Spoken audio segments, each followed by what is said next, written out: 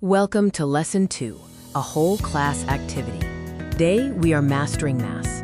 Our goal is to calculate total mass by adding multiple weights. Let's understand the kilo. In the metric system, kilo means 1,000. This allows for quick conversions, like 1 kilogram being 1,000 grams. You can swap kilogram for 1,000 grams to visualize the true size of the number. For the giant cake problem, we must find the total mass of 1.2 kilograms of flour and 400 grams of butter. Convert to the same unit first. Grams are usually easier. 1.2 kilograms becomes 1,200 grams. Adding the 400 grams of butter gives 1,600 grams, or 1.6 kilograms total mass. Next, the heavy suitcase. A suitcase weighs 12 kilograms, and we add an 850 grams book.